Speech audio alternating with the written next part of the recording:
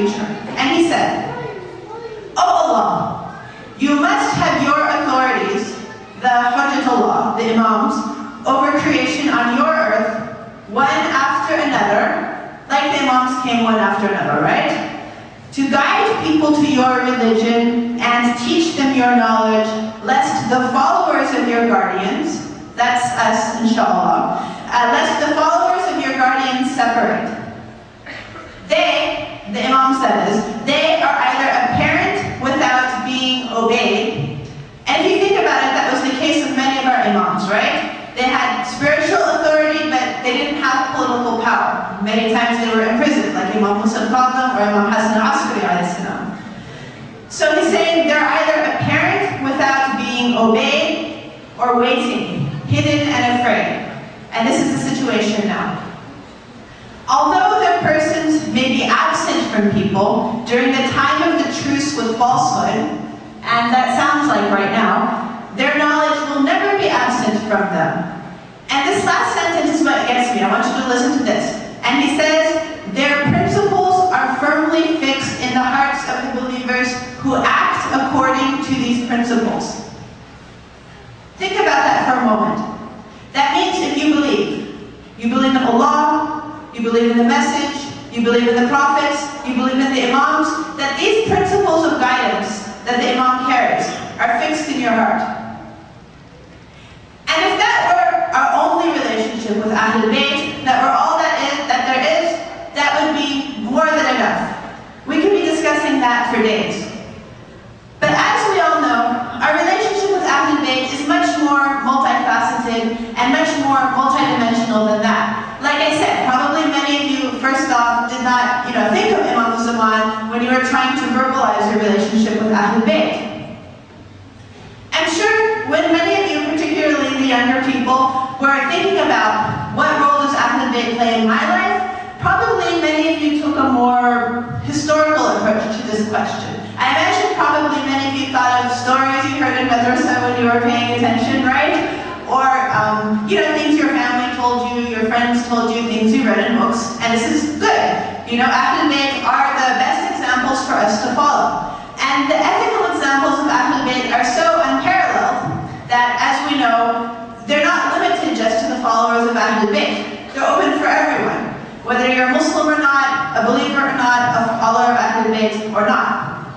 I mean, for example, like the sister who mentioned after her speech, when she introduced me, she mentioned that I adopted Islam.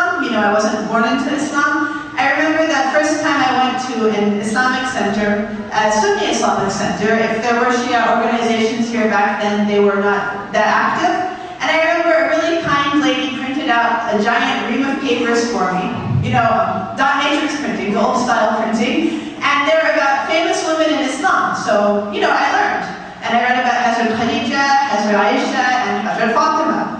And I didn't distinguish one from the other, and I read, just like we read, that she would stay up all night praying for other people, and when she was asked, she would say first the neighbors, then ourselves, right? Or non-Muslims. I mean, we just love to tell stories about non-Muslims who are inspired by the ethical examples of Ahlul Bayt. Am I right or not? Like for example, the author of that famous book, The Voice of Human Justice, what was he? He was a Christian. And then he had hundreds of pages to write on the subject of social justice from the example of Amir al-Mu'mineen. And so, I don't want to downgrade the importance of studying the ethical examples of Ahlul Bayt. It's paramount for us to study and learn what they said, what they did, what they didn't do, what they allowed, what they disallowed, and what happened in their lives. Particularly because, particularly in my opinion, as inshallah followers of Ahlul Bayt in America. Because, as you all know, especially the young people know, and I see a lot of younger people here, which is really nice, but as you all know, we're finally living in a time when an English language Islamic culture is beginning to take shape. And as those of you who were raised here know, or I should say those of you who were educated here know, while many of us may speak many different languages, the primary language of intellectual discourse here is what? Is English, right? And 99% of the time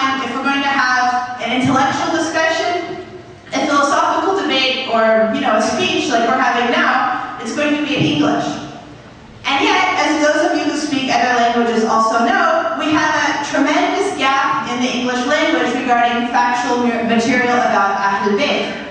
You know, and again, if you speak other languages, such as if you speak Arabic, you know, there's primary sources, there's secondary sources, there's history, there's hadith, there's everything, but we really only have an infinitesimal amount of that in English.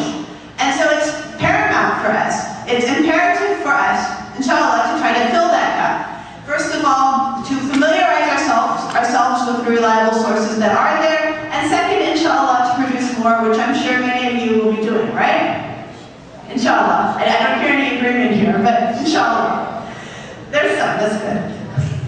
But, despite how important, how imperative, how vital it is to study the truth and the facts about Ahlul Bayt, nonetheless, just studying them as historical examples is still our most surface and our most shallow connection to them. Because, as I said, that avenue is open to anyone. You don't have to be a follower of Ahlul Bayt. You don't have to be in the allegiance or wilayah of Ahlul Bayt to believe in and follow and learn from their examples. You don't even need to be a Muslim, right? And yet, when you bring into the discussion the subject of our love for Ahlul Bayt, our allegiance towards Ahlul Bayt, and our wilayah for Ahlul Bayt, all of a sudden that opens up the door to an entirely new dimension of thought. Think back, inshallah, if you were listening, think back to the last sentence that I read to you from the Ziyarah, which again is narrated from Ahlul Bayt.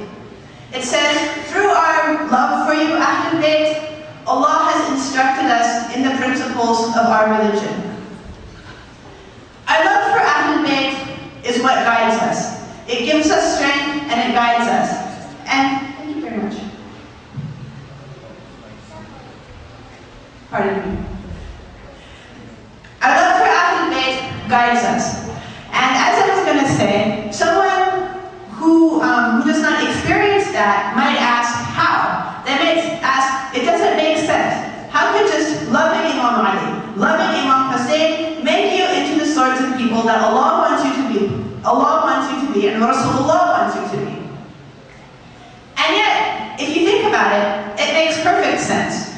It's psychology, and it's hadith. And some of you are smiling because I know you've heard this before, right?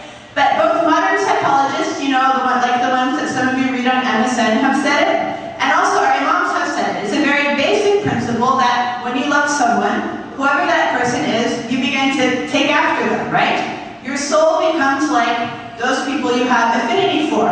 That's why with your apologies, you know, I have to say that sometimes, you know, some of our American sisters say they get married to Iranian brothers, and after a couple months they're eating chelo kebab and have a little bit of a Farsi accent, right?